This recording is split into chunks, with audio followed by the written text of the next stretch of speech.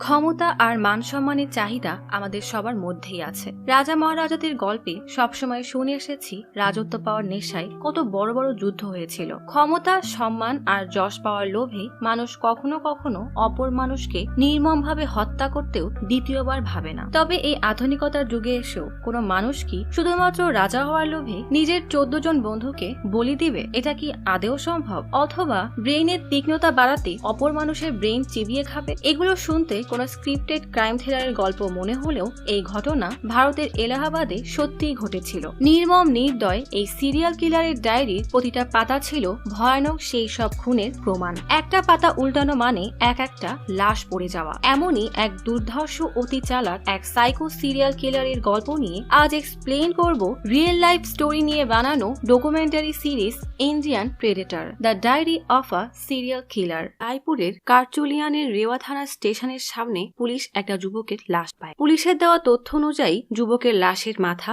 আর private part শরীর থেকে কেটে ফেলা হয়েছে। ছেলেটার শরীরে কোনো জামা কাপড়ও ছিল না। পুলিশ সহ যারা এই লাশটা দেখেছে তাদের মুখে শুধু একটাই কথা, একটা মানুষ অন্য একটা মানুষকে এত নৃশংসভাবে কিভাবে মারতে পারে? এলাহাবাদে সবাই যখন কুম্ভ মেলার আনন্দে মেতে উঠেছিল তাদেরই মাঝে এক নৃশংস খুনি ঘুরে বেড়াচ্ছিল। সে ব্যাপারে কারো ধারণাই ছিল না। এই কেসের তদন্ত অফিসার বলে 34 বছরের চাকরির জীবনে এটাই আমার জীবনের সবচাইতে বড় কেস ছিল। আমার চাকরির জীবনে এর চাইতে নির্মম খুনি আমি আর কখনো দেখিনি। এই খুনের জন্য খুন করা কোনো অপরাধ না। তার মতে সে যাদেরকে নির্মমভাবে খুন করেছে এই নির্মমতা তাদের প্রাপ্য ছিল। ঘটনাটা শুরু হয় এলাহাবাদের প্রয়াগরাজে। সেখানকার বাড়ি নামের একটা গ্রামের বাসিন্দা বীরেন্দ্র বলে, আমরা 4 ভাই। 4 ভাইয়ের মধ্যে সবার ছোট ভাইয়ের নাম ধীরেন্দ্র। পরিবারের টানাপোড়েনের মধ্যেও ধীরেন্দ্র বিএসসি শেষ করে। বিএসসি শেষ করার পরে পরিবারে আর্থিক সহযোগিতা করার উদ্দেশ্যে ধীরেন্দ্র এলাহাবাদের নিউজ প্লাস নামের একটা পত্রিকা অফিসে জয়েন করে। কিছুদিনের মধ্যেই নিজের মেধা আর কঠোর পরিশ্রম দিয়ে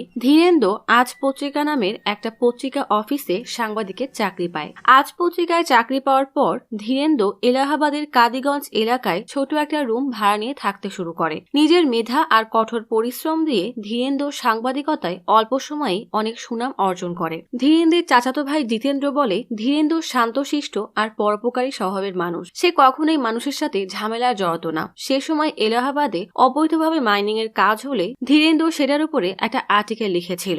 ধীরেন্দ্রের এই আর্টিকেল ছাপার পর অবৈধভাবে চলা সকল মাইনিং এর কাজ বন্ধ হয়ে যায়। আর ঠিক এই কারণেই মাইনিং এর সাথে জড়িত লোকজন বীরেন্দ্রের উপরে অনেক ক্ষেপে যায়। 2000 সালের 13 ডিসেম্বর সন্ধ্যায় ধীরেন্দ্র পত্রিকা অফিসে গিয়ে বলে জরুরি একটা কাজে সে গ্রামের বাড়ি যাবে, কাল অফিসে আসতে পারবে না। আসলে ধীরেন্দ্রের স্ত্রী প্রেগন্যান্ট, তাই তাকে গ্রাম থেকে এনে এলাহাবাদে ডাক্তার দেখানোর কথা ছিল।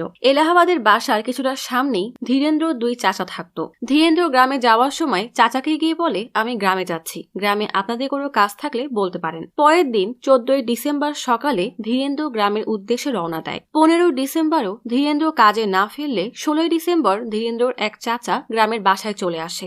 ধীরেন্দ্রের স্ত্রী জিজ্ঞেস করলে চাচা বলে সে তো 2 দিন আগেই গ্রামের উদ্দেশ্যে রওনা হয়েছিল। ধীরেন্দ্রের স্ত্রী সকাল থেকে অপেক্ষা করতে করতে রাত হয়ে যায়। আর অপরদিকে পত্রিকা অফিস থেকে ধীরেন্দ্রকে কল করলেও তার ফোন বন্ধ পায়। সময় যত গড়াতে থাকে পরিবারের লোকজনের চিন্তা ততই বেড়ে যায়। এলাহাবাদের মতো শহরে যখন কুম্ভ মেলার মতো বড় একটা আয়োজন শুরু হয়েছে সে সময় একটা সাংবাদিক গায়েব হওয়া কোনো ছোটখাটো বিষয় না। আর তাছাড়াও এনসিআরবির ডাটাবেজ অনুযায়ী উত্তরপ্রদেশ প্রায় সবসময় অপরাধের দিক থেকে ভারতের শীর্ষ তালিকায় থাকে। ধীরেন্দ্র মিসিং খবর প্রায় সব পত্রিকায় বড় বড় করে ছাপা হয়। ধীরেন্দ্র মিসিং রিপোর্ট থানায় করা হলে পুলিশের ঊর্ধ্বতন কর্মকর্তারা সাংবাদিক মিছিলের কেস খুব গুরুত্ব সহকারে দেখতে শুরু করে। এই কেসের ইনভেস্টিগেশন অফিসার নারায়ণ ত্রিপাঠী বলে, এসএসপি আমাকে কল করে বলে সাংবাদিকরা তাদের এক সহকর্মীর মিসিং রিপোর্ট নিয়ে এসেছে, যত দ্রুত পারো এই কেসের সমাধান করো। অফিসার নারায়ণ বলে, সবার প্রথমে আমি ধীরেন্দ্রের রুমে গিয়ে সবকিছু খুব ভালোভাবে দেখতে শুরু করি। ধীরেন্দ্রের ভাই বলেছিল তার কাছে মোবাইল ফোন আছে, কিন্তু আমি লক্ষ্য করি মোবাইলের চার্জার সুইচ বোর্ডের সাথে লাগানো ছিল। কেউ যদি 2 দিনের জন্য অন্য কোথাও যায় তাহলে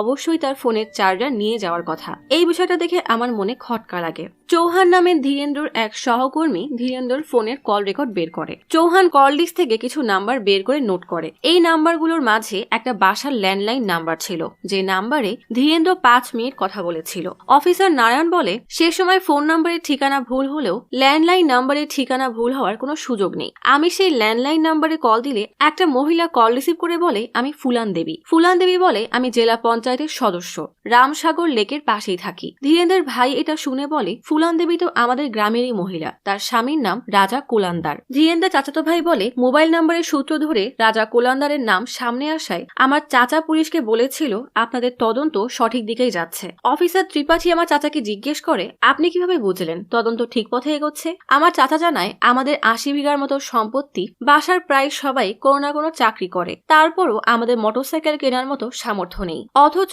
কোলান্দার চতুর্থ শ্রেণীর সামান্য একজন কর্মচারী হয়েও তার কাছে লেটেস্ট মডেলের 4টা গাড়ি আর একটা স্কুটার আছে। টিভি, ভিসিআর এর মতো আধুনিক সব ইলেকট্রনিক্স ডিভাইসও তার বাসায় আছে। নাইনি থেকে এলাহাবাদ প্রায় যাতায়াত করে সেই গাড়িতেই। নিশ্চয়ই তার কোনো না কোনো অবৈধ ব্যবসা আছে। ত্রিপাঠী জানায় সে ধীরেন্দ্রের ভাইকে সাথে নিয়ে রাজা কোলান্দারের বাসার দিকে রওনা হয়। পুলিশের একটা টিম কোলান্দারের বাসায় গেলে ফুলান দেবী বলে ধীরেন্দ্র এখানে আসেনি। ত্রিপাঠী যখন কোলান্দারের বাসার সামনের রাস্তায় অপেক্ষা করছিল তখনই নাইনের দিক থেকে একটা টাটা সুমো আসতে দেখে ত্রিপাঠীর সন্দেহ হয়, কারণ গাড়িটার রং অন্যান্য এসইউভি থেকে আলাদা ছিল। ত্রিপাঠী গাড়ি থামাতে বললে গাড়ি থামিয়ে কোলান্দার নেমে আসে, কিন্তু ত্রিপাঠী কোলান্দারকে চিনত না। আর ত্রিপাঠী কোলান্দারের গাড়ির সামনে জেলা পঞ্চায়েতের বোর্ড দেখে জিজ্ঞেস করে এই বোর্ডটা কেন লাগিয়েছেন? কোলান্দার সাথে সাথে জবাব দেয় আমার স্ত্রী জেলা পঞ্চায়েতের সদস্য।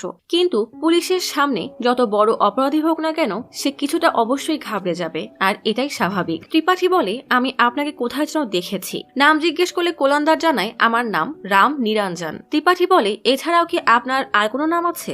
আপনি কি রাজা কোলান্দার? ত্রিপাঠীর এমন প্রশ্নে কোলান্দার কিছুটা ঘাবড়ে বলে হ্যাঁ, আমার নাম রাজা কোলান্দার। রাজা কোলান্দার সিভিলিয়ানে 4র্থ শ্রেণীর কর্মচারী ছিল। চাকরির পাশাপাশি তার একটা পিগ ফার্ম ছিল। জিতেন্দ্র বলে কোলান্দার কখনোই প্রকাশ্যে কারোর সাথে ঝগড়া করতো না, কারোর সাথে তেমন কথাও বলতো না। সাংবাদিক রাতিভান বলে জেলা পঞ্চায়েতের নির্বাচনের সময় কোলান্দার তার স্ত্রীর নাম গোমতী দেবী বদলে ফুলান দেবী রাখে। ফুলান দেবী ভারতের একটা নামকরা ডাকাত দলের রানী ছিল। পরবর্তীতে নির্বাচনের জয়লাভের মাধ্যমে সে ভারতের একজন সংসদ সদস্য হয়। কোলান্দার মনে করত আমার স্ত্রীও একদিন অনেক নাম কামাবে, তাই সেই স্ত্রীর নাম বদলে ফুলান দেবী রাখে। ফুলান দেবী নাম রাখার পর কোলান্দারের স্ত্রী জেলা পঞ্চায়েত নির্বাচনে জয়লাভ করে। কোলান্দারকে গ্রেফতার করা হয়। সে সময় কোলান্দারের সাথে তার স্ত্রীর ছোট ভাই ভাক্স রাজু ছিল। থানায় যাওয়ার পথে কোলান্দার বলে আপনার মনে হয় ভুল হচ্ছে, হয়তো কেউ আমার গাড়ি নিয়ে গুজব ছড়াচ্ছে। কোলান্দার পুলিশকে ঘুষ দিয়ে চলে যাবার চেষ্টা করলে ত্রিপাঠী বলে না, গাড়ির বিষয় না, আমাদের যা বলার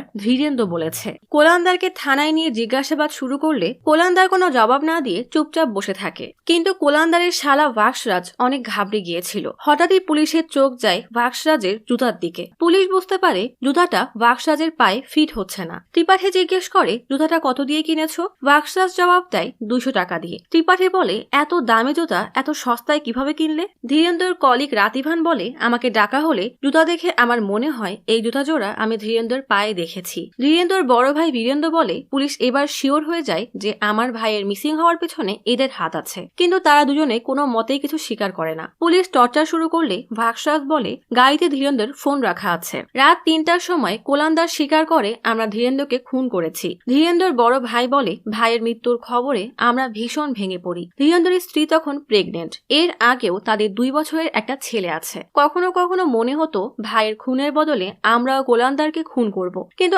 আমার পরিবার শিক্ষিত ছিল, তাই আমরা আইনের উপরে আস্থা রাখি। অফিসার নারায়ণ ত্রিপাঠী বলে কোলান্দার আমাদের স্বীকারোক্তি দেয় তার গাড়িটা ছিল চুরির গাড়ি। আমার মনে হচ্ছিল সাংবাদিক ধীরেন্দ্র এই বিষয়টা জেনে গেছে। ভয় হচ্ছিল যদি এই বিষয়ে পুলিশকে বলে দেয়, তাই আমি ধীরেন্দ্রকে একদিন পিক ফার্ম হাউসে আসতে বলি। 14ই ডিসেম্বর শীতের সকালে সবাই আগুন পোহাতো। ধীরেন্দ্র ফার্ম হাউসে আসলে কোলান্দার তাকে আগুনের সামনে বসতে বলে। কিছুক্ষণ পর কোলান্দার তার শালাকে বলে সবার জন্য চা নিয়ে আসতে। ধীরেন্দ্র আর কোলান্দার সামনাসামনি বসেছিল। ভাক্সরাজ চায়ের বাহানায় পেছন থেকে এসে ধীরেন্দ্রকে গুলি করে দেয়। কোলান্দারের ছেলে আদালত বলে যখন এই ঘটনা হয় তখন আমার বয়স 15। রাতে বাবাকে ধরে নিয়ে গেলে সারা রাত বাবার জন্য আমাদের চিন্তা হচ্ছিল। পরের দিন সকালে পুলিশ আমাদের বাসায় এসে আমাকে আর মাকে ধরে নিয়ে যায়। তবে থানায় আনার পর কোলান্দারের ছেলে আর স্ত্রীকে অন্য জায়গায় রাখা হয়। পুলিশ কোলান্দারকে জিজ্ঞেস করে, ধীরেন্দ্রকে যদি তোমরা খুন করো তাহলে তার লাশ কোথায়? কোলান্দার বলে, সকাল থেকে রাত পর্যন্ত ধীরেন্দ্রের লাশ ফার্ম হাউসেই পড়েছিল। ফার্ম হাউসের চারপাশের দেওয়াল অনেক উঁচু ছিল। সন্ধ্যা পার হতেই বাক্সরাজকে নিয়ে কোলান্দার ধীরেন্দ্রের লাশ নিজের টাটা সুমো গাড়ির ডিকিতে তোলে। ধীরেন্দ্রের লাশ নিয়ে যাওয়ার সময় রাস্তায় মধ্যপ্রদেশ আর উত্তরপ্রদেশের বর্ডার পার হতে হয়। সেই বর্ডারে 24 ঘন্টা একটা চেকপোস্ট থাকতো। চেকপোস্টের পুলিশ কোলান্দারকে গাড়ি থামাতে বললে কোলান্দার তাড়াতাড়ি গাড়ি থামিয়ে পুলিশ আসার আগেই গাড়ি থেকে নেমে তাদের কাছে যায়। ত্রিপাঠী বলে, কোলান্দার পুলিশকে ইংরেজিতে বলে, আমি রাজা কোলান্দার। চেকপোস্টের পুলিশ দামি গাড়ি আর রাজার নাম শুনে ভাবে হয়তো কোনো বড় বংশের মানুষ, তাই পুলিশ কোলান্দারকে যেতে বলে। অথচ পেছনেই গাড়ির ডিকিতে ছিল ধীরেন্দ্রের লাশ। কোলান্দার আর বাক্সরাজ লাশ নিয়ে রিওয়া জেলার দিকে রওনা দেয়। সেখানে গিয়ে একটা ক্ষেতের মাঝে গাড়ি থামিয়ে ডিকি থেকে ধীরেন্দ্রের লাশ নামায়। এরপর ধীরেন্দ্র সমস্ত শরীর থেকে জামা কাপড় খুলে নেয়। গাড়ি থেকে বড় একটা চাপাতি এনে দেহ থেকে মাথা আর প্রাইভেট পার্ট আলাদা করে ফেলে। ধীরেন্দ্রের লাশটা এমন অবস্থায় ক্ষেতের মাঝে ফেলে দেয় যেন কেউ চিনতে না পারে। পরের দিন সকালে গ্রামের লোকজন ক্ষেতের মাঝে লাশ দেখে পুলিশকে খবর দেয়, কিন্তু পরিচয় না পেয়ে শুধুমাত্র কিছু ছবি তুলে পুলিশ ধীরেন্দ্রের লাশ দাফন করে দেয়। কিন্তু সেই রাতেই রিওয়া থানার এলাহাবাদ থেকে কল করে জানায় উত্তরপ্রদেশের পুলিশ গত 2 থেকে 3 দিন ধরে একটা সাংবাদিককে খুঁজছে। ধীরেন্দ্রের চাচাতো ভাই বলে, পুলিশ ডাকলে আমরা রিওয়া থানায় যাই। তখন লাশের মাথা ছিল না, তবুও আমরা লাশের ছবি দেখে বুঝতে পারি এই লাশটা ধীরেন্দ্র। কোলান্দারের দেওয়া তথ্য অনুযায়ী রিওয়া থেকে 7 থেকে 8 কিলোমিটার দূরে ধীরেন্দ্রর সব জামা কাপড় পাওয়া যায়। কোলান্দার ধীরেন্দ্রর পরনে জ্যাকেটে বাকি সব জামা কাপড় মুড়িয়ে সেখানে ফেলে দিয়েছিল। জামা কাপড় পাওয়ার পর রিওয়া জেলার ম্যাজিস্ট্রেট সাথে সাথেই ধীরেন্দ্রর লাশ তোলার নির্দেশ দেয়। সেদিন রাতেই কবর থেকে ধীরেন্দ্রর লাশ তোলা হয়। ধীরেন্দ্রর পরিবারের লোকজনের কাছে লাশ হস্তান্তর করা হলে তারা নিজেদের গ্রামে এসে লাশের সৎকার করে। অপরদিকে পুলিশ জিতেন্দ্রকে নিয়ে ধীরেন্দ্রর মাথার খোঁজ করতে থাকে। কোলান্দার আর বাক্সরাজ পলিথিনে ভরে ধীরেন্দ্রর কাটা মাথা রিওয়া থেকে কিছুটা সামনে বানসাগর নামের একটা খালে ফেলে দেয়। রাতেই পুলিশের টিম পুরো খালের মাঝে জাল টানলে ধীরেন্দ্রর কাটা মাথা পাওয়া যায়। সবকিছু সামনে আসতেই খবরটা পুরো দেশের পত্রিকায় ঝড়ের মতো ছড়িয়ে পড়ে। জিতেন্দ্র বলে, কোলান্দারকে আমার ভাইকে মারার কারণ জিজ্ঞেস করলে সে বলে তার স্ত্রী ফুলান দেবীর সাথে ধীরেন্দ্রের সম্পর্ক ছিল। কিন্তু পুলিশ খোঁজ নিয়ে জানতে পারে ফুলান দেবী আর ধীরেন্দ্রর কখনো দেখাই হয়নি। ত্রিপাঠী বলে, যেহেতু কোলান্দার স্বীকার করেছে সে পিস্তল দিয়ে ধীরেন্দ্রকে খুন করেছে, তাই প্রমাণের জন্য সেই পিস্তলটা খুঁজে বের করতে হবে। কোলান্দারের দেওয়া তথ্য অনুযায়ী ত্রিপাঠী আর সবাইকে নিয়ে পিস্তল উদ্ধার করতে কোলান্দারের ফার্ম হাউসে যায়। অনেক খোঁজাখুঁজির পর গোবরের চাকার নিচে পিস্তলটা পাওয়া যায়। আর কিছু পাওয়া যায় কিনা সেই উদ্দেশ্য খুঁজতে থাকলে এক কোনায় একটা সুটকেস পাওয়া যায়। সুটকেসের মাঝে গাড়ির বেশ কিছু ডকুমেন্টস পাওয়া যায়। এই ডকুমেন্টগুলোর মাঝে একটা ছোট ডায়েরি পাওয়া যায়। ডায়েরির উপরে লেখা ছিল রাজার ডায়েরি। ডায়েরির নাম দেখে কৌতূহলবশত ত্রিপাঠী ডায়েরি খুলে পড়তে শুরু করে। সেই ডায়েরিতে 14 জনের নাম লেখা ছিল, আর 14তম নামটা ছিল ধীরেন্দ্র।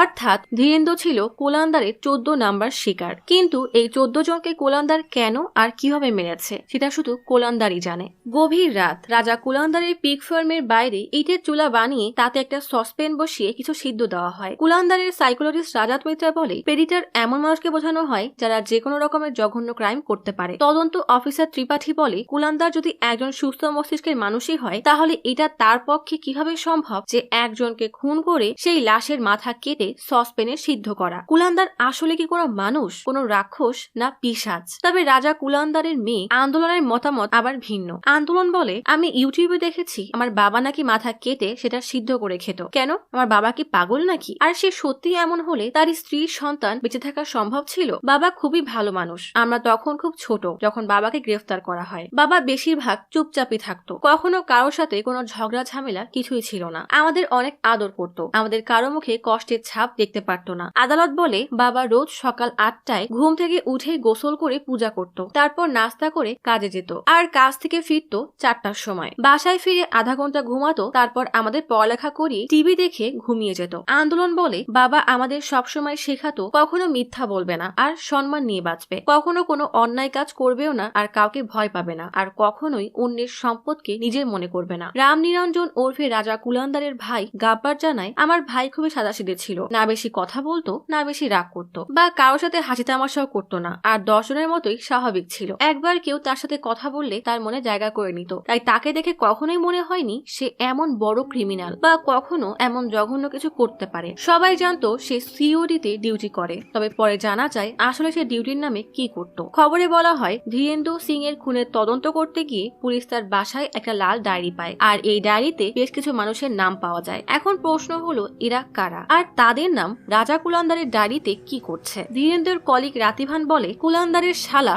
ভাস্করাজকে জিজ্ঞাসাবাদের সময় সে অনেক কিছুই বলেছিল, কিন্তু সমস্যা হলো পুলিশের কাছে এই বয়ানের ভিত্তিতে কোনো প্রমাণ ছিল না। কিন্তু পুলিশের পাওয়া এই লাল ডায়েরিটা পাওয়ার পর সবকিছু আরো পরিষ্কার হতে শুরু করে, আর এই ডায়েরি একমাত্র মাধ্যম যার সাহায্যে কুলান্দারের আসল রহস্য জানা যাবে। নারায়ণ জানায়, ডায়েরি পাওয়ার পর আমি ভাস্করাজকে ডায়েরিতে লেখা নামগুলো দেখিয়ে জিজ্ঞেস করলে ভাস্করাজ বলে, আমরা এদের সবাইকে খুন করেছি। আর ঠিক তখনই রাজার আসল সত্য সবার সামনে আসে, অর্থাৎ রাজা কুলান্দার একটা কিংবা দুইটা না, বরং 14টা খুন করেছে, আর 14 নাম্বার ভিকটিম ছিল ধীরেন্দ্র। অর্থাৎ রাজা কুলান্দার একজন psycho serial killer. Psychologist doctor Rajat জানায়, প্রায় সকল ধরনের সিরিয়াল কিলারই ব্যক্তিগত ডায়েরি মেইনটেইন করে। যেমন অস্ট্রেলিয়ার সিরিয়াল কিলার ক্যাথলিন ফোলবি যে 3টা খুন করেছিল এবং তার ডায়েরিতে সব খুনের বিস্তারিত লিখে রেখেছিল। আমেরিকার সিটিজেন ডেনিস রাডার যে 1974 থেকে 91-তে 10 জনকে খুন করেছিল, সেও তার ডায়েরিতে কোডের মাধ্যমে ভিকটিমদের লিস্ট লিখে রাখত। আসলে এইভাবে ডায়েরি লেখার উদ্দেশ্য হলো ভিকটিমদের লিস্ট লিখে রাখা, যেন তারা যখনই এই ডায়েরি আবারও পড়বে তখন সেই খুনগুলোর কথা এবং ভিকটিম যেভাবে যন্ত্রণা পেয়েছিল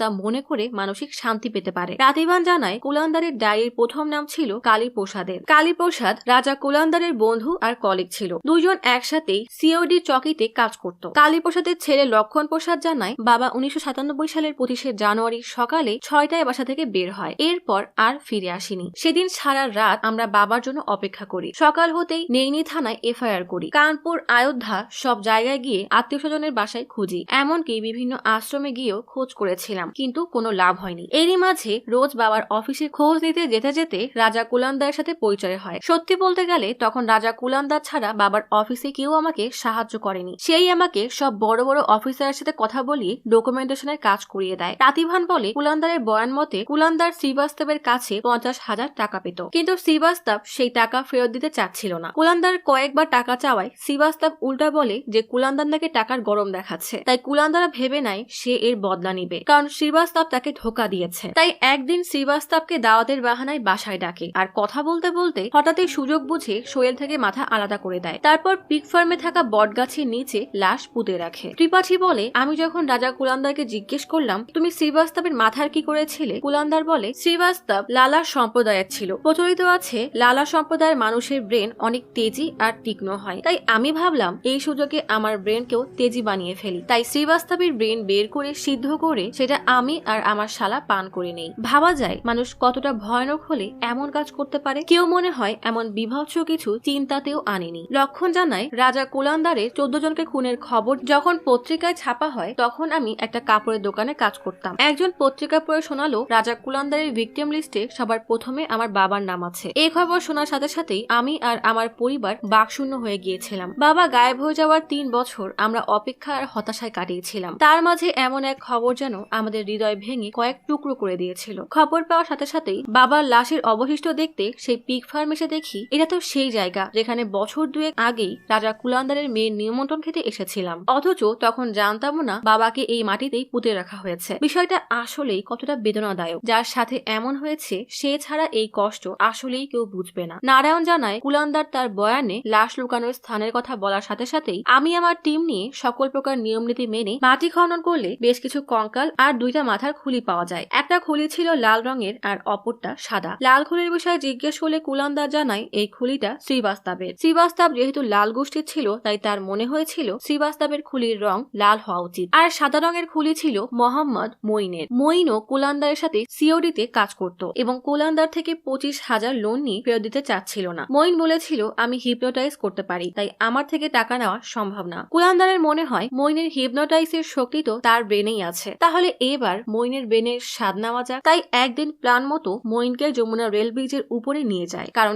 এখানে তেমন কেউ আসে না আর নিচ থেকে দেখাও যায় না। তারপর সুযোগ বুঝে মাথা শরীর থেকে আলাদা করে দেহ পানিতে ফেলে দেয়। মঈন মুসলমান ছিল তাই তার আত্মা যেন শান্তি না পায় এই জন্যই লাশ পানিতে ফেলে দেয়। এরপর মাথা ফার্মে এনে ব্রেইন বের করে সিদ্ধ করে সেটা পান করে। নারায়ণ রেগে বলে, হিপনোটাইজ শেখার যদি ইচ্ছা ছিল তাহলে বই পড়ে শিখতি, এ আবার কেমন বাজে সব। কুলান্দার যখন দেখলো ব্রেইন খেয়েও কোনো কাজ হচ্ছে না তখন মঈনের মাথা মাটিতে পুঁতে দেয়। তদন্তে দেখা গেছে রাজা কুলান্দার কাউকে টার্গেট করলে আগে তার সাথে বন্ধুত্ব করত, তারপর খুন করত। কুলান্দার কখনোই কারোর সাথে প্রকাশ্যে ঝগড়া বা বিবাদে জড়ায়নি। রাজাত বলে কুলান্দারের মতো প্রেডেটরের কাজ হলো প্রথমে টার্গেটকে ঠিক করা, তারপর তাকে কেন্দ্র করে একটা কল্পনার জগৎ বানানো, তারপর তাকে খুন করে সেই কল্পনায় নিজেকে ভাবা শুরু করা, আর সব প্রমাণ নষ্ট করার আগ পর্যন্ত খুব সাজানো গোছানো ভাবেই কাজ করে। ফলে খুব সহজেই তার ক্রাইম সে লুকাতে পেরেছিল। আর এই সব একজন প্রেডেটরের বৈশিষ্ট্য। উত্তরপ্রদেশের উনাও জেলের কয়েদি কুখ্যাত সেই সিরিয়াল কিলার রাজা কুলান্দারের সাথে দেখা করতে গেলে দেখা যায় রাজা কুলান্দার খুব খুশি হয়ে চিলমুডে হেঁটে আসছে। কুলান্দার এসে বেশ হাসি মুখে বসে। এই খুনগুলোর বিষয়ে জিজ্ঞেস করলে কুলান্দার বলে এরা আমার উপরে একটা নয় বরং 14টা কেসের চার্জ লাগিয়েছে। তখন ইউপিতে যতগুলো লোক গায়েব ছিল সবার কেস আমার উপরে চাপিয়েছে। আমি কোনো বয়ানই দেইনি। পুলিশ আমাকে মেরে তাদের ইচ্ছা মতো বয়ান লিখেছে। একটা প্রশ্নের জবাব দেন। আমি একের পর এক হত্যা করতেই থাকলাম, কেউ টের পেল না, আর একদিন হঠাৎ সব ফাঁস হয়ে গেল। এই সব আমার বিরুদ্ধে ষড়যন্ত্র। কুলান্দারকে গ্রেফতার করার সময় খবরে বলা হয় কুলান্দারের কেসের ট্রায়াল এখনো চলছে, তবে তদন্ত নতুন এক মোড় নিয়েছে। একদিকে পুলিশ বলছে কুলান্দার 14 জনকে অমানবিকভাবে খুন করে তাদের ব্রেন খেয়েছে। অপরদিকে এমনও শোনা যাচ্ছে যে 14 জনের নামের লিস্টে যাদের নাম আছে তাদের মাঝের কয়েকজন এখনো বেঁচে আছে। তাহলে রাজা কুলান্দারের আসল সত্য কি? কেউ কি আদেও রাজা কুলান্দারের ফাঁদ থেকে বেঁচে ফিরতে পেরেছিল? দীপক পাটেল নামের এক পলিটিশিয়ান জানায় 2000 সালে জেলা পঞ্চায়েতের নির্বাচন হয়। জেলা পঞ্চায়েতের শঙ্কর ব্লকে 2টা সিট ছিল। এক সিটে আমার মা কেশাই দেবী ছিল, যে একজন সংসদ সদস্য ছিল, আর দ্বিতীয় সিটের প্রার্থী ছিল রাজা কুলান্দারের স্ত্রী ফুলান দেবী। আমার মা এবং ফুলান দেবী দুজনেই জিতেছিল। নির্বাচন জেতার পর আমার মা ডিস্ট্রিক্ট কাউন্সিলের প্রেসিডেন্ট হয়, আর এই ধরনের পোস্টের জন্য নিচের কর্মীদের ভোটের প্রয়োজন হয়। তাই আমি মায়ের নিচের সকল মেম্বারদের সাথে কথা বলা শুরু করি। তবে এদের সাথে আমার আগে থেকেই পরিচয় ছিল। প্রেসিডেন্ট হওয়ার নির্বাচন ছিল 2000 সালের 6 আগস্টে। 3 অথবা 4 আগস্টে রাজা কুলান্দার কল করে বলে নির্বাচনের সময় খুব কাছে এসেছে, আমার সাথে দেখা না করলে আমরা আপনাদের হয়ে ভোট দিব না। সেদিন বাবা অনেক ব্যস্ত ছিল, তাই আমি দেখা করতে যাওয়ার সিদ্ধান্ত নিয়েছিলাম। কুলান্দার আমাকে আরো একবার কল দিয়ে নিশ্চিত হয় যে আমি আসছি কিনা। আমি হ্যাঁ বলতেই কুলান্দার বলে আমি যেন একা আসি। আমি যখন ওইখানে পৌঁছাই তখন ওই জায়গার পরিবেশটাই কেমন যেন অদ্ভুত মনে হয়। কথা বলতে বলতে বেশ রাত হয়ে গেলে আমি বললাম আপনি কেন রেখেছেন সেটা বলেন। কুলান্দার বলে তাহলে আমি পূজা শেষ করে আসি, তারপর বলবো। এরপর 15 থেকে 20 মিনিট পর্যন্ত কুলান্দারের পূজা চলতে থাকে। পূজার মাঝেই আমার দিকে কেমন অদ্ভুত ভাবে যেন তাকাচ্ছিল। আমার গাড়িটাও তার কথাতেই আমি এই ফার্ম থেকে 50 মিটার দূরে পার্ক করেছিলাম। সব মিলিয়ে আমার হঠাৎ কেমন যেন ভয় হতে শুরু করে। কুলান্দার তখনও পূজা করছিল। আমি আর দেরি না করে কুলান্দারকে কিছু না বলেই সোজা গেট দিয়ে বের হয়ে গাড়ি নিয়ে চলে আসি। এরপর যখন কুলান্দারের খবর ছাপা হয় তখন ওই ফার্ম থেকে নরকঙ্কাল এবং মাথার খুলি পাওয়া যাচ্ছিল। তাই কৌতূহলবশত কুলান্দারের ফার্মের লাশ দাফনের স্থান দেখতে গিয়ে দেখি সেদিন আমি ঠিক যেখানে বসা ছিলাম লাশগুলো সেখানেই দাফন করা ছিল। এক কথায় বলতে গেলে আমি সেদিন কোনো রকমে বেঁচে গিয়েছিলাম। যদিও আমি জানি না আসলে কুলান্দারের মনে কি ছিল। হতে পারে সে আমার সাথে সত্যি কথা বলতে চাচ্ছিল, তবে সে আমাকে যেভাবে ডেকে নিল, যেমন আজব ব্যবহার করলো, এর কারণ কি ছিল? ওই ব্যবহারগুলো আসলে সন্দেহজনক। রাজাত বলে কুলান্দারের কেস স্টাডিতে যেটুকু বুঝেছি আসলে ওর রোগের নাম এন্টি সোশ্যাল পার্সোনালিটি ডিসঅর্ডার। এই ধরনের মানসিক রোগীদের সমাজের নিয়মকানুন নিয়ে কোনো মাথা ব্যথাই থাকে না, এমনকি কারোর প্রতি কোনো দয়া মায়াও থাকে না। তারা নিজেদেরকে নিজেরাই ভিকটিম মনে করে আর ভেবে নেয় যে তাদের যাকে ইচ্ছা তারা খুন করতে পারবে, আর এর জন্য তাদের মধ্যে কোনো অপরাধ বোধও থাকে না। বাদ্রী নারায়ণ নামের একজন সমাজবিজ্ঞানী যে নিচু জাতের অধিকার নিয়ে গত 30 থেকে 35 বছর যাবত কাজ করছে, সে জানায় কুলান্দার কোল সম্প্রদায়ের। আর এই কোল সম্প্রদায় অনেক বড় একটা সম্প্রদায় যারা আগে জঙ্গলে বসবাস করত। বন উজাড় হওয়ার কারণে পরে তারা উত্তরপ্রদেশ আর মধ্যপ্রদেশে বসবাস করতে আসে। হারিশ কোল নামের একজন সোশ্যাল ওয়ার্কার জানায় কোল সম্প্রদায়ের খাদ্যাভ্যাস বলতে গেলে তারা মাছ আর মদ পান করে। মাছ ধরা, শিকার করা এসব তারা বংশগতভাবেই করে আসছে। মুরগি বা বন্য শুকরের মাংস এদের রোজগারের খাদ্যের তালিকায় থাকে। কুলান্দার জানায় সে মাঝে মাঝে মাছ খেলেও অতটা পছন্দ করে খেত না, কারণ সে ভেজিটেরিয়ান। বাসার সবাই বেশিরভাগ সবজিই খেত, তবে কোনো বিশেষ দিনে মাছ মাংস রান্না হলে সেদিন কুলান্দারের জন্য আলাদা করে ডাল বা সবজি থাকতো। তবে রাজার মেয়ে আন্দোলন বলে বাসায় মাছ মাংস সবজি যাই রান্না হতো না কেন সবাই একসাথেই খেত, আলাদা কারোর জন্যই কিছু করা হতো না। আদালত সিং বলে আমাদের ওই পিগ ফার্মেই মাছ মাংস রান্না করা হতো। বাবা মা সবাই মাংস খেত, বাসায় কখনোই মাছ মাংস রান্না করা হতো না, সবসময় ফার্মে রান্না করা হতো আর সেখানেই খাওয়া হতো। এই জন্য সেখানে একটা আলাদা সসপেনও ছিল, সেখানেই সকল প্রকারের মাছ মাংস সিদ্ধ করা হতো। তার মানে রাজা কুলান্দার মিথ্যা বলেছে। সোশ্যাল ওয়ার্কার হারিশ বলে কোল সম্প্রদায়ের হওয়ার কারণে তাকে নরখাদক বলা হচ্ছে, এটা ঠিক না, এটা সম্পূর্ণরূপে মিথ্যা। তবে সমাজবিজ্ঞানী বাদী জানায় রাজা কুলান্দারের জীবনে আদিবাসী জীবনের প্রভাব বেশ ভালোভাবে পড়লেও তার এই নরখাদক স্বভাবটা আদিবাসীদের স্বভাবে নেই। এটা রাজার নিজের এডিশন। রাজা যখন থেকে ক্রাইমের পথে চলা শুরু করে তখন তার একজন ক্রিমিনাল সত্তা তৈরি হয়ে গেছে, আর এই অপরাধী সত্তার ভার্সন হলো নরখাদক হওয়া। এর সাথে কোল সম্প্রদায়ের ব্যবহার, স্বভাব বা জীবনযাপনের কোনো সম্পর্ক নেই। অফিসার নারায়ণ বলে রাজা কোলান্দার পুলিশের বয়ানে এবং কোর্টে নিজে স্বীকার করেছে সে এইসব খুন করেছে এবং তাদের ব্রেন সিদ্ধ করে পান করেছে। বাক্সরাজ এবং কোলান্দার সব স্বীকার করার পরই প্রেস কনফারেন্স করা হয়। সেখানেও রাজা কোলান্দার তার সব অপরাধ স্বীকার করে। ধীরেন্দ্রকে সে কিভাবে বন্ধুত্বের বাহানায় ডাকে, তারপর খুন করে লাশ মাঠে ফেলে গলা কাটে, সব নিজেই স্বীকার করে। রাতিভান বলে সেদিন ওই প্রেস কনফারেন্সে আমিও ছিলাম। মাথার খুলিগুলো হাতে নিয়ে কোলান্দার যখন তার অপরাধের বিবরণ দিচ্ছিল তখন তার চেহারায় নির্দয়তা আর নির্মমতার ছাপ স্পষ্ট ফুটে উঠেছিল। কোলান্দারকে জিজ্ঞেস করা হয় সে ধীরেন্দ্রকে কবে থেকে চিনত। কোলান্দার জানায় ধীরেন্দ্র যেহেতু ফুলান দেবীর গ্রামের ছিল তাই সেই সুবাদে ফোনে কথা হতো, তবে কখনো দেখা হয়নি। আদালত জানায় ধীরেন্দ্র সম্পর্কে আমার মামা ছিল, পেশায় সাংবাদিক ছিল আর প্রায় বাসায় আসতো। তবে কোলান্দার বলে অন্য কথা, যে ধীরেন্দ্র নাকি কখনোই তাদের বাসায় আসেনি, তবে সবসময় তাদের অনেক সহায়তা করেছে। কোলান্দারের দুলাভাই রামরাজ জানায় ধীরেন্দ্র প্রায় এই বাসায় আসতো আর এই বাসার সবার সাথে তার বেশ ভালোই সম্পর্ক ছিল। কোলান্দার এবং ধীরেন্দ্রকে আমি প্রায় একা একা বসে কথা বলতে দেখেছি। যদি কখনো আমি হুট করে চলে আসতাম তাহলে জরুরি কোনো কথা হচ্ছে বলে কোলান্দার আমাকে বাইরে পাঠিয়ে দিত। আমার মনে হয় এই সাংবাদিকের কোনো ভুলের কারণেই এসব হয়েছে। আর বাকি সব মামলা মিথ্যা, কারণ 14 জনের ওই লিস্টে 2 জন এখনো বেঁচে আছে আর পুলিশ তাদেরকে মৃত বলে দিয়েছে। হয়তো সে 1 থেকে 2 জনকে খুন করে মাটিতে পুঁতেছে, কিন্তু 14টা খুন করেনি। নারায়ণ জানায় আমার জানা মতে এটা তো সত্য না যে লোকগুলো বেঁচে আছে, তবে কোলান্দার যে যে জায়গায় দেখিয়েছে সব জায়গায় আমরা লাশ পেয়েছি। এখন ওই লাশের আসল পরিচয় বের করার কাজ হলো ওই সকল এলাকার থানার। কোলান্দার বলে আমার এক প্রতিবেশীর খুনের মামলাও আমার নামে দিয়েছে, কিন্তু আমি জানি যে সে এখনো বেঁচে আছে। একজন জীবিত থাকা মানে বাকিরা জীবিত থাকতে পারে, আর কোথা থেকে মাথার খুলিয়ে এনে মাটিতে পুঁতে আমার নাম দিয়ে দিয়েছে। রিমান্ডে আমাকে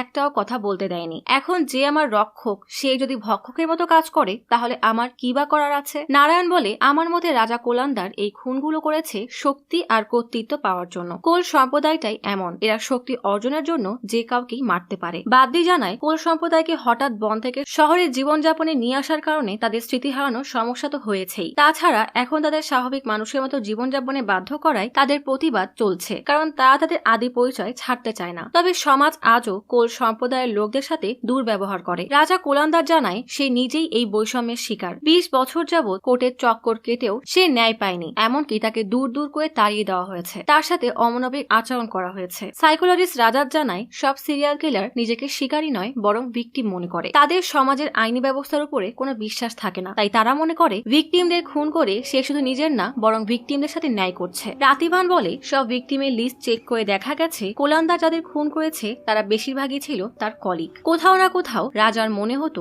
উঁচু জাতের লোক তাকে দমিয়ে রাখতে চায় আর তারা সামাজিক বা আর্থিক দিক থেকে তার উপরে, তাই নিজেকে শক্তিশালী বানাতে সে উঁচু জাতের মানুষদেরকে খুন করত। রাজার ডায়েরিতে পাওয়া আরো 2টা নাম হলো সন্তোষ শুক্লা আর অশোক কুমার। রাজাকে এদের বিষয়ে জিজ্ঞেস করলে সে নারায়ণকে জানায় রাজা তখন চিত্রকূটে গিয়েছিল, সেখানে একটা কমান্ডার জিপ আমার নজরে পড়ে আর এই জিপের ড্রাইভার ছিল একজন ব্রাহ্মণ জাতের লোক। আর কথায় আছে ব্রাহ্মণরা খায় বেশি, তাই কোলান্দার ভাবলো এরা যেহেতু খায় বেশি তাহলে এদের পাকস্থলীও নিশ্চয়ই বড় হবে, তাই কোলান্দার চিত্রকূট থেকে ওই জিপ ভাড়া করে আনে। তবে তাদের সাথে আরেকজন কন্ট্রাক্টরও ছিল। কোলান্দার তার পিগ ফার্মে 2 জনকে এনে জীবতেই একটা গাছের সাথে বাঁধে আর সেই অবস্থায় ব্রাহ্মণ ড্রাইভারের পেট কেটে পাকস্থলী বের করে। তারপর অপরজনের পেট কেটে পাকস্থলী বের করে 2 জনের পাকস্থলী মেপে দেখে 2টা পাকস্থলী একই সাইজের। এরপর সেখানে 2 জনের লাশ পুঁতে রাখি, আর ব্রাহ্মণের লাশ যেখানে পুঁতেছিলাম সেখানে একটা বট গাছ লাগিয়েছিলাম আর রোজ সেখানে আগরবাতি জ্বালাতাম যেন ব্রহ্মদেবতার অভিশাপ আমার উপরে না পড়ে। একটা মানুষ কতটা ডিলিউশনাল না হলে এমন কাজ করতে পারে। সাইকোলজিস্ট রাজার জানায় রাজা কোলান্দারের মতো মানসিক রোগীর কাছে মানুষের শরীর একটা আকর্ষণের মতো। একটা বাচ্চাকে যখন কোনো খেলনা দেওয়া হয় সে যেমন খেলনার প্রত্যেকটা অংশ ভেঙে দেখতে চায় এর মধ্যে কি আছে আর সেই প্রতিটা টুকরা তার আকর্ষণ আরো বাড়িয়ে দেয়, তেমনি কোলান্দার মানুষের শরীরের ভেতরের অর্গানের প্রতি আকর্ষণ বোধ করত। সেই জন্যই কখনো ব্রেইন তো কখনো পাকস্থলী বের করে মুগ্ধ হয়ে দেখত।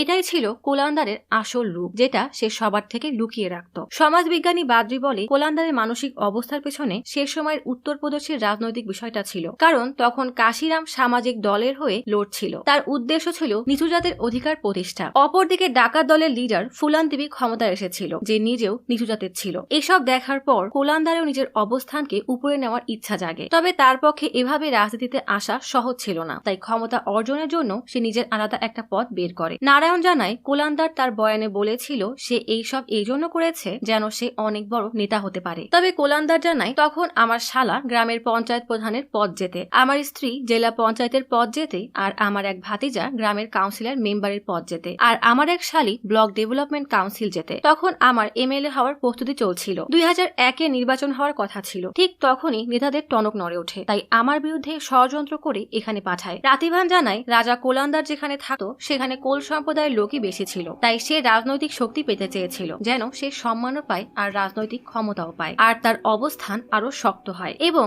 সে রাজার মতো কর্তৃত্ব বিস্তার করতে পারে। সে নিজেকে রাজার আমলের সেই রাজা মনে করা শুরু করে, আর এই জন্যই সে নিজের নাম রাজা রাখে, আর তার ডায়েরির নামও ছিল রাজার ডায়েরি। তার মনে হতো এসব মানুষের খুন করে সে একজন রাজার মতো আচরণ করছে আর ন্যায় করছে, তাই নিজেই ফয়সলা করত কার ভাগ্যে কেমন মৃত্যু হবে। রাজা মান্ডা, রাজা স্থানকারগারের মতো সে নিজের নাম রাখে রাজা কুলান্দার। রাজা কোলান্দার তার জেলের রুটিন বলতে গিয়ে জানায় সে রোজ 3:30টায় ঘুম থেকে ওঠে, শ্বাসের ব্যায়াম করে নারায়ণ অথবা গীতা পড়েই তার সময় কাটে। P.N. পান্ডে নামের এক জেলার জানায় সে তখন লখনউ জেলে জেলারের পোস্টে জয়েন করে। রাজা কোলান্দার তার আসার আগেই লখনউয়ের হাই সিকিউরিটি জেলের সেলে ছিল। রাজা কোলান্দার 2016 থেকে 2019 পর্যন্ত লখনউয়ের ডিস্ট্রিক্ট জেলে ছিল। রাজাকে সবসময় হয়তো পূজা করতে দেখেছি, নয়তো আইনি বই পড়তে দেখেছি। আইনের বই পড়ে সে সবসময় আইনি দুর্বলতার পয়েন্টগুলো বের করত, যেমন অনশন করে জেলারকে বিরক্ত করা ইত্যাদি। শৈলেশ কুমার গুপ্তা নামের একজন জানায় সে 2008 সালে নাইনি সেন্ট্রাল জেলে ট্রায়ালের আসামি হিসাবে ছিল। সেখানেই আমি রাজা কোলান্দারের বিষয়ে জানতে পারি। রাজা কোলান্দার 2000 থেকে 2016 সাল পর্যন্ত নাইনি সেন্ট্রাল জেলে ছিল। সবাই বলতো রাজা কোলান্দার নাকি নরখাদক, তাই প্রথম তাকে দেখলেই আমার কেমন যেন ভয় লাগতো। তবে রাজা কোলান্দার সবসময় আলাদাই থাকতো। তবে রাজাকে দেখে কখনোই মনে হয়নি তার উপরে 14 জনকে এত নির্মমভাবে হত্যা করার কেস চলছে। জেলের কারো কোনো লিগাল সমস্যা হলে বা কেউ কোনো কিছু না বুঝলে রাজা কোলান্দারই তাকে সাহায্য করত। কখনো কখনো আইনি কাগজ লেখার বা বেলের অ্যাপ্লিকেশনও লিখে দিত। আমি কখনোই রাজার মধ্যে সেই রাক্ষসকে দেখিনি, তবে একটা ভালো মানুষকে দেখেছি যে সবসময় সবাইকে সাহায্য করত। তবে রাজাকে সবসময় একটা আলাদা সেলে রাখা হতো, কারণ তাকে নাকি সবার মধ্যে রাখলে সে মানুষ খাওয়া শুরু করবে। কোলান্দার বলে আমি নাইনি জেলে 16 বছর ছিলাম। তখন ওখানে যে সুপারিনটেন্ডেন্ট ছিল তার সারনেম ছিল শ্রীবাস্তব, আর আমার উপরে কালী শ্রীবাস্তবকে খুন করার কেস চলছিল। তাই তার প্ল্যান ছিল আমাকে জেলের সাধারণ কয়েদিদের সাথেই রাখা, আর আমি থাকতে নারাজ হলে আমাকে সেই বাহানায় মারবে। তাই আমিও অনেকটা বাধ্য হয়েই রাজি হই, আর 2 বছর সবার সাথে মিলেই থাকতাম। তবে মজার বিষয় হলো কারোর আমার প্রতি কোনো অভিযোগ ছিল না, উল্টা সবাই আমার সাথে আরো মিশতে চাইতো। কারণ আমি একবার এক গরিব কয়েদিকে সাহায্য করেছিলাম, কারণ তাকে সাহায্য করার কেউ ছিল না। তাই আমি তার হয়ে আপিল লিখে হাইকোর্টে পাঠাতে বলি, তারপর তাকে বেলও পাইয়ে দিই। এরপর এই খবর ছড়িয়ে যাওয়ার সাথে সাথেই জেলের সব কয়েদি আমার সাথে কথা বলার জন্য ভিড় করতে থাকলো। ফলে আমার পূজা পাঠ আর ধ্যানে বিঘ্ন হতে শুরু করলো। আমি ভাবলাম না, এভাবে তো আর হবে না। তাই জেলে শুক্লা নামের এক অফিসারকে আমার সমস্যার কথা জানালে সে আমাকে আলাদা সেলে থাকার জন্য অ্যাপ্লিকেশন লিখতে বলে। ব্যাস, শুক্লা স্যার আমাকে আলাদা সেলের ব্যবস্থা করে দেয়। রাজা জানায় এই ধরনের রোগী সবসময় নিজেকে প্রচলিত আইন থেকেও বেশি জ্ঞানী ভাবে এবং নিজের আধিপত্য বিস্তারে সাধারণ মানুষকে সবসময় সাহায্য করে ভালো সাজার নাটক করে। তবে এই ধরনের রোগীর জন্য আলাদা মানুষদের সাথে মিলে থাকাটা বেশ বিরক্তিকর, কারণ তারা সবসময় নিজের মতো সাজানো গোছানো পরিবেশ থেকে নিজের উপরে নিয়ন্ত্রণ রাখতে চায়। রাজা যেমন ডিলিউশন বা ফ্যান্টাসিতে থাকে, সাধারণ মানুষের সাথে থাকলে কোথাও না কোথাও তার আচার ব্যবহার দেখে সবাই বলবে তুমি যা করছো তা ঠিক না, আর নিজেকে ভুল মানা রাজার পক্ষে সম্ভব না। তাই সে নিজেকে একা রেখে নিজের রাজা হয়ে থাকতে চায়। কামাল মিশ্রা নামের এক ধর্মপ্রচারক জানায় সে যখন জেলে গিয়েছিল তার উদ্দেশ্য ছিল জেলের বড় বড় অপরাধীদের কাছে তার ধর্মের প্রচার করা। জেলে যাওয়ার পর আমি রাজা কোলান্দার নামের বড় অপরাধীর বিষয়ে জানতে পারি, যাকে আলাদা সেলে রাখা হয়। তাই আমার মেসেজ দেওয়ার জন্য চিঠি লিখে পাঠাই। আমার চিঠি পাওয়ার পর রাজা কোলান্দার তার সকল ধর্মীয় বিষয়ের সন্দেহ নিয়ে আমাকে প্রশ্ন করে চিঠি পাঠায়। আমিও তার প্রত্যেকটা প্রশ্নের উত্তর লিখে পাঠাই। ফলে রাজার সম্পূর্ণরূপে আমার গুরু শ্রদ্ধানন্দের উপর বিশ্বাস আনে। তবে কোলান্দার বলে আসলে কামাল মিশ্রা সবসময় তার গুরুর জয়গান করতে থাকতো, তাই আমিও এক সময় হার মেনে তার হ্যাঁতে হ্যাঁ মিলাই। কারণ আমি যদি বারবার তাকে প্রশ্ন করতে থাকি এক সময় সে ঠিকই আমার থেকে দূরে সরে যাবে। তাই এই বন্ধুত্বের খাতিরে আমি গুরুর ভক্ত হয়ে যাই। তবে কামাল মিশ্রা জানায় কোলান্দার তার চিঠিতে আমাকে কথা দিয়েছিল সে যদি কোনোদিন জেল থেকে বের হতে পারে তাহলে বাকি জীবন সে কামালের গুরুর আশ্রমের সেবায় কাটিয়ে দিবে। শৈলেশ কুমার জানায় কোলান্দার তাকে বলেছিল সে নাকি প্রায়ই দেবী বাগলামুখীর সাথে কথা বলতো, তাই তার শক্তি পাওয়ার জন্য সে রোজ তপস্যা করত। হারিশ কোল জানায় বাগলামুখী কোল সম্প্রদায়ের জঙ্গলের দেবী। এই বন দেবীকে খুশি করতে কোল সম্প্রদায় কখনো পাঠা কখনো বন্য শূকর বলি বলি দেয়, এখন তো তাদের দেবীর উদ্দেশ্যে মুরগিও বলি দেয়। শৈলেশ জানায় এক রাতে তো এমন হলো যে কোলান্দার কিভাবে যেন হাবান করার জন্য জিনিসপত্র জোগাড় করে তার ছেলেই আগুন জ্বালালো, আর সেই ধোঁয়া বের হওয়ার সাথে সাথেই ফায়ার অ্যালার্ম বেজে ওঠে। ফলে জেলের সবাই এক জায়গায় জড়ো হয়। কোলান্দার জানায় সে হাবান করে সিদ্ধি অর্জন করতে চাচ্ছিল। সমাজ বিজ্ঞান বাদ্রি বলে সে যেহেতু রাতে বাগলামুখীর পূজা করছিল, তার মানে সে আসলে তান্ত্রিক শক্তি অর্জন করার জন্য কালো জাদু করছিল, কারণ বাগলামুখীকে তান্ত্রিক শক্তির দেবী মানা হয়। কোলান্দার জানায় সাধারণ মানুষ যদি কিছু দেখতে না পায় আর অপর মানুষ দাবি করে যে সে সেই জিনিস দেখতে পাচ্ছে, তখন সাধারণ মানুষ তাকে পাগল নামে ডাকা শুরু করে। কোলান্দারকে জিজ্ঞেস করা হয়, তাহলে আপনি কি সত্যি বাগলামুখীর সাথে কথা বলতে পারেন? কোলান্দার বলে, সেটা আমার ব্যক্তিগত বিষয়, আমি এর বেশি বলতে পারবো না, তবে দেবীর কথা অনুযায়ী আমি কাজ করি, বাকিটা সে সামলে নেয়। রাজাত বলে, আসলে এই সবই কোলান্দারের কল্পনা। সে এতটা ডিলিউশনাল হয়ে গেছে যে সে নিজেও বুঝতে পারে না কোনটা বাস্তব আর কোনটা কল্পনা, তাই নিজের মনের মধ্যেই কাউকে খুন করার আদেশ তৈরি করে আর সেটা দেবী নামে চালিয়ে দেয়। আসলে এ ধরনের মানুষের আপনার আমার মতো সঠিক ভুলের জ্ঞান থাকে না, তাই তারা যেটা করে সেটাই তাদের জন্য ঠিক। বাদে জানায় রাজা কোলান্দারের জীবনী পড়লে এটা সাফ সাফ বোঝা যাবে যে সে একটা কল্পনা তৈরি জগতে বসবাস করে। একদিকে সমাজের বাস্তবতা তাকে বারবার আঘাত করে, আর অপরদিকে কল্পনায় ঘেরা বাস্তব যেটা সে সবসময় পেতে চায়। এই দুইটা দিকের সংঘর্ষে তার একটা নতুন সত্তা তৈরি হয়, যার নাম রাজা কোলান্দার। রাজার সবসময় নিজেকে কোল সম্প্রদায়ের রাজা মানত। সোশ্যাল ওয়ার্কার হারিশ কোল জানায়, কোল সম্প্রদায়ের রাজাদের ভূমিকা অনেক গুরুত্বপূর্ণ। কোল সম্প্রদায়ের রাজাদের নিজের বানানো নিয়ম নীতি আর আইনি ব্যবস্থা ছিল। আসল জীবনে তার নাম রাম নিরঞ্জন হলেও সে সময় নিজেকে রাজা কোলান্দারই মনে করত, কারণ এর মানে কোলদের রাজা। রাজাত বলে, রাম নিরঞ্জন নামটা খুব সাদাসিধে হওয়ায় রাজার মনে হয় সে এমন নাম রাখবে যেটা অনেক ভাবপূর্ণ হবে, শুনলেই মনে হবে সে অনেক ক্ষমতা সম্পূর্ণ, তাই নিজের নাম বদলে রাখে রাজা কোলান্দার। এমনকি রাজার ভাই গাব্বার বলে, আমার ভাই বাসা থেকে কোথাও গেলে দরজায় লিখে যেত রাজা বাসায় নেই। রাতিভান বলে, রাজা এতটা ডিলিউশনাল ছিল যে নিজেকে মনে মনে রাজা ভাবত, তাই যখন খুন করত তখন রাজার মতো তাদের মৃত্যু সাজা শোনাতো আর তাদের নাম ডায়েরিতে লিখে রাখতো, কারণ তার মনে হতো খুন করে সে ন্যায় প্রতিষ্ঠা করছে, একজন রাজার মতো কাজ করছে। কোলান্দারকে যখন জিজ্ঞেস করা হয় সে নিজের নাম রাজা কোলান্দার কেন রেখেছে, তখন রাজা জানায়, আমি আসলে বাসার সবার ছোট ছিলাম, তাই সবাই আমাকে আদর করে রাজা সাহেব বা রাজা ভাইয়া বলে ডাকতো। কেউ কখনোই আমার আসল নাম শোনেইনি, তবে পুলিশের কেউ কখনো আমার আসল নাম শুনতেই চায়নি। শুধুমাত্র উনাই জেলেই আমাকে রাম নিরঞ্জন নামে ডাকা হয়, তবে লখনউ জেলের সব কাগজে আমার নাম রাজা কোলান্দার, তার মানে এরা কখনো আমার নামটা জানারও চেষ্টা করেনি। কামাল বলে, জেলে থাকা অবস্থায় রাজা তার আসল নাম কি বলেছিল সেটা মনে নেই, তবে হ্যাঁ তার দেওয়া সব চিঠিতে নিজের নাম আর কে লিখত। রাজা কোলান্দার সংক্ষেপে আর কে লিখত। সেই চিঠিগুলোর কিছু কথা এমনও ছিল, আমি তোমার জন্য খুন করতে পারবো, যে কোনো জমি দখলে নিতে পারবো, এমনকি যে কোনো বন্দুকও চালাতে পারবো। নিচে লেখা আর কে। রাতিবান জানায়, কোলান্দার যে কতটা ক্রিমিনাল মাইন্ডেড ছিল সেটা তার সন্তানদের নাম দেখেই বোঝা যায়, যেমন আদালত, জামানত, আন্দোলন। রাজাত বলে, রাজা তার সন্তানদের এমন নাম রাখার পেছনের কারণ ছিল যে রাজা মনে করে সে যা করে সেটাই আইন, আমি আইন আর আমার থেকে আইনি প্রক্রিয়া শুরু হয়, তাই আমি আইনের থেকেও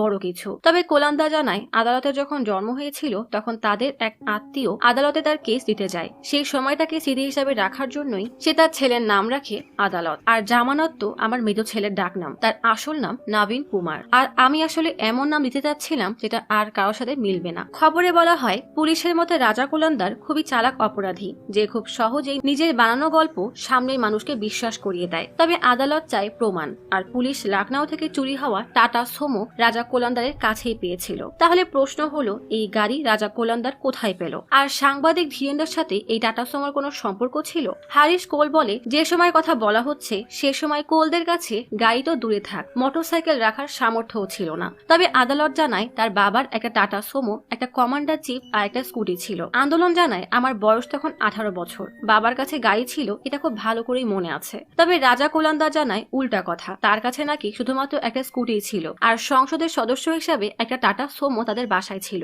আর এই গাড়ি ব্যবহার করে আমরা নির্বাচনের প্রচার প্রচারণা চালাতাম। পুলিশ বলেছে আমি নাকি চিত্রকূট থেকে এই জিপ চুরি করেছি, কিন্তু এই গাড়ি বিজয় বাহাদুর নামের একজনের, যে রিটায়ার হওয়ার পর এই জিপ কিনেছিল। মাঝে মাঝে এতে প্যাসেঞ্জার ওঠাতো আর প্রায়ই আমার বাসার সামনে পার্ক করত, তাই আমি মাঝে মাঝে নির্বাচনের কাজে ব্যবহার করতাম, আর এই জন্যই ক্যাম্পেইনের স্টিকার লাগানো ছিল। তবে কোলান্দারের দুলাভাই জানায়, রাজনীতিতে যাওয়ার আগে রাজার কাছে এই টাটা সোমো ছিল। নারায়ণ জানায়, যেদিন আমি রাজা কোলান্দারকে টাটা সোমোতে দেখেছিলাম সেদিন কোথা থেকে এসেছো জিজ্ঞেস করলে বলেছিল তার স্ত্রী অসুস্থ ছিল, তাই তাকে নিয়ে আমি লখনউ গিয়েছিলাম, আর সেখান থেকে ফেরার জন্যই এই গাড়ি ভাড়া করি। গাড়িতে একটা ড্রাইভার ছিল যার নাম ছিল ছিল রাভি আর কন্ডাক্টরের নাম ছিল মনোজ। কুলান্দারের ডায়েরির পাতায় রাভি শ্রীবাস্তব এবং মনোজ সিং এর নামও পাওয়া গিয়েছিল। মনোজের চাচা অমরনাথ সিং জানায় ঘটনাটা 2000 সালে 23 জানুয়ারির। কিছু লোক প্যাসেঞ্জার হয়ে রুগীকে নিয়ে যাওয়া লাগবে বলে এলাহাবাদের জন্য গাড়ি ভাড়া নেয়। আমাদের বাসা যেহেতু এলাহাবাদ থেকে লখনউ হাইওয়ের মাঝে পড়ে, তাই 5 থেকে 6টা বাজতেই গাড়ি বাসায় চলে আসে। আমরা স্বাভাবিকভাবেই রোগীর আত্মীয় স্বজন ভেবে তাদের সবাইকে চা নাস্তা খাওয়াই। এদিকে রবি আর মনোজ ফ্রেশ হয়ে আসে। সন্ধ্যা 6টার দিকে গাড়ি এলাহাবাদের জন্য রওনা দেয়। প্ল্যান ছিল ওদের 3 থেকে 3.5 ঘন্টার মধ্যে রেখে ফিরে আসবে, কিন্তু 10টা বাজার পরও যখন তারা ফেরেনি তখনই মনে সন্দেহ দানা বাঁধতে শুরু করে। সে সময় যোগাযোগের তেমন ব্যবস্থাও ছিল না, তাই বাসার সবার মনে আজব আজব চিন্তা আসতে শুরু করে। রাত পার হলেও যখন গাড়ি ফিরে আসেনি তখন আমরা বাসার অন্যান্য গাড়ি নিয়ে গাড়ির সন্ধানে সেই রাস্তায় বেরিয়ে পড়ি। আন্দোলন বলে আমরা লখনউতে গিয়েছিলাম আমাদের এক আত্মীয়র গৃহপ্রবেশের অনুষ্ঠানের জন্য। যাওয়ার সময় ট্রেনে করেই গিয়েছিলাম। তখন আমাদের কাছে কমান্ডার ছিল, কিন্তু টাটা সুমো ছিল না। নারায়ণ জানায় রাজা কুলান্দার বয়ানে বলেছিল তারা টাটা সুমো নিয়ে ফিরছিল, কিন্তু রাস্তায় তার মন বদলে যায়। আমি ভাবতে শুরু করি এই গাড়ি তো আমাদের কাছে নেই, তাহলে এদের খুন করে ফেলে দিই আর এই গাড়ি আমাদের হয়ে যাবে। শঙ্করগড় রেখে কিছুটা সামনে আসলেই রাস্তার পাশে বেশ কিছু জঙ্গল পড়ে। সেখানেই রাজা কুলান্দার ড্রাইভার এবং কন্ট্রাক্টর দুজনকে মেরে লাশ জঙ্গলে ফেলে দেয় আর তাদের গায়ের জামা কাপড় খুলে নেয়। এই সময় কুলান্দারের সাথে তার শালা বাক্সাদও ছিল আর গাড়িতে ফুলান দেবীও ছিল। লাশ জঙ্গলে রেখে টাটা সুমো নিয়ে চলে আসে। মহাদের চাচা জানায় সেদিন গাড়ি সার্চ করতে করতে আমরা এলাহাবাদে পৌঁছাই। আমাদের সাথে মিডিয়ার কিছু লোকও ছিল, তাদের মাধ্যমেই এলাহাবাদের কিছু মিডিয়ার লোকের সাথে পরিচয় হয়। এদের মধ্যে সাংবাদিক ধীরেন্দ্রও ছিল। সবাইকে গাড়ির রং আর গাড়ি দেখতে কেমন জানিয়ে আমরা যখন কমপ্লেন লিখিয়ে ফিরে আসি তখন একমাত্র ধীরেন্দ্রই জানতে পেরেছিল আমাদের গাড়ি আসলে কোথায়। ধীরেন্দ্রর কাজিন জিতেন্দ্র বলে কুলান্দার খুবই চালাকির সাথে সাদা গাড়ির রং বদলে সবুজ করে দেয়। পরে জানা যায় ওই গাড়িতে কোনো মোটরসাইকেলের নম্বর প্লেট লাগানো ছিল। ধীরেন্দ্রর বড় ভাই বীরেন্দ্র জানায় ধীরেন্দ্র তাকে জানিয়েছিল কুলান্দার কোনো অবৈধ কাজের সাথে জড়িত। ধীরেন্দ্রর মৃত্যুর 20 দিন আগে আমাকে বলেছিল সে কুলান্দারের সত্য ফাঁস করতে চায়। ধীরেন্দ্র কুলান্দারকে কিছু প্রশ্ন করায় কুলান্দার হয়তো টের পেয়ে গিয়েছিল ধীরেন্দ্র তার সব সত্য ফাঁস করে দিবে। রাতিভান বলে সকল সিরিয়াল কিলারের একটা মোটিভ থাকে, আর কুলান্দারের মোটিভ ছিল ক্ষমতা লাভ। টাকার লোভ আর ক্ষমতার লোভের কারণেই সে অপরাধের দিকে এগিয়ে যায়। রাজা কুলান্দার সবসময় রাজনৈতিক নেতা হতে চাইতো, কিন্তু তার মতো কোল সম্প্রদায়ের সাধারণ একজনের পক্ষে রাজনীতিতে যাওয়া এতটা সহজ ছিল না। কিন্তু সে সময় রাজনীতিতে নিচু জাতের অনেকেই বড় বড় পদ নিচ্ছে দেখে রাজার সুপ্ত মনোবাসনা আরো বেড়ে যায়। কিন্তু ক্ষমতা পাওয়ার লোভে কুলান্দার যে পদ বেছে নিয়েছিল সেটা ছিল তার নিজের বানানো। কুলান্দারের হিস্ট্রি ঘাটে দেখা যায় সে সবসময় ক্ষমতা পেতে চাইতো, হোক সেটা বাংলামুখীর পূজা করে রাজনীতিতে এমএলএ এর পোস্ট পাওয়া, নিজের স্ত্রীকে নির্বাচনে নামানো, তারপর টাটা সুমো চুরি করা, যেটা কুলান্দারের গ্রামের সবার চোখে তাকে অনেক বড় করবে। কারণ তখন কোল সম্প্রদায়ের কারো কাছে টাটা সুমো থাকা কোনো সাধারণ বিষয় না। সে সবসময় সব ধরনের শক্তি পেতে চাইতো। তাই লালা সম্প্রদায়ের কাউকে সে টাকা দিতে মানা করে যখন বলল তার কাছে ব্রেন তীক্ষ্ণ করার পাওয়ার আছে, কিন্তু কুলান্দার তো সাধারণ এক আদিবাসী, তার কাছে কোনো শক্তিই নেই, তখন সেই শক্তি অর্জন করাই হয়ে গেল কুলান্দারের একমাত্র উদ্দেশ্য। তাই কালী শ্রীবাস্তবকে মেরে তার ব্রেন সিদ্ধ করে খেয়ে ফেলে। উদ্দেশ্য শক্তি পাওয়া। সারা জীবন সে তার পক্ষে সম্ভব এমন সব পথ অবলম্বন করেছে। শুধুমাত্র শক্তি পাওয়ার জন্যই তার যা ঠিক লেগেছে সে সেটাই করেছে। অপরাধ তো একটা মানুষ করে, কিন্তু এর ফল ভোগ করে একটা সমাজের সবাই। রাজা কুলান্দার যা করেছে সবটাই তার নিজের স্বার্থ হাসিলের জন্য করেছে। সমাজে নিজেকে শক্তিশালী প্রমাণ করার জন্য করেছে, নাকি সমাজের জন্য কিছু করেছে। অপরাধের আসলে কোনো জাত থাকে না, আর রাজা কুলান্দারকে দেখে কখনো কারো মনেও হয়নি যে তার মধ্যে কোনো অপরাধ বোধ আছে। জিতেন্দ্র জানায় যেদিন কুলান্দারকে সাজা শোনানো হয়েছিল সেদিন সে রাজাকে দেখতে গিয়েছিল। যখন বাকি উকিল আর রিপোর্টাররা রাজার ছবি তুলছিল সে সবাইকে বলে আমি তোমাদের জন্যই ফেসে গেছি। এত কিছুর পরও তার কথা ছিল হুমকির মতো। কুলান্দার তখন মিডিয়াকে বলেছিল এইসব আসলে কোর্ট আর মিডিয়ার ফয়সালা, আমি নির্দোষ। প্রতিটা ইন্টারভিউতে তাকে নির্লজ্জের মতো হাসতে দেখা যায়। কুলান্দার জানায় এখন সে মুক্তি পাক বা না পাক তাতে তার কিছুই যায় আসে না। সাইকোলজিস্ট রাজাত বলে সাধারণ মানুষের সুরক্ষার জন্য কুলান্দারের মতো অপরাধী জেলের ভেতরে থাকাই ভালো। নারায়ণ বলে রাজা কুলান্দার এমন ভয়ানক ক্রিমিনাল যে যদি তাকে কিছুদিনের জন্য পেরোলে বের করা হয় তবুও সে খুন করবে। বাদদি জানায় রাজা কুলান্দারের ব্যক্তিত্ব সম্পূর্ণ আলাদা। ক্রিমিনাল তো বহু আছে, কিন্তু রাজার মতো ক্রিমিনাল যার পুরো জীবনটাই কল্পনার উপর নির্ভর করছে, যে শক্তির জন্য কালো জাদু থেকে শুরু করে নির্বাচন পর্যন্ত যেতে পারে, সে আসলেই এই সমাজে বসবাসের যোগ্য না। 2000 সালে রাজা কুলান্দারের উপরে 14টা খুনের কেস করা হয়। কুলান্দারকে গ্রেফতার করা হয়েছিল হয়েছিল ধীরেন্দ্রকে খুন এবং টাটা সুমো চুরি সহ জোড়া খুনের জন্য। তবে রাজা দুইটা কেসকেই উপরের আদালতে চ্যালেঞ্জ করেছে, আর সেই কেসগুলো এখনো চলমান। বর্তমানে রামনিরঞ্জন, তার স্ত্রী ফুলান দেবী এবং শালা বাক্সরাজ জেলে সাজা কাটছে। তবে রাজা কুলান্দারের নরখাদকের কেস কোর্টে এখনো প্রমাণিত হয়নি।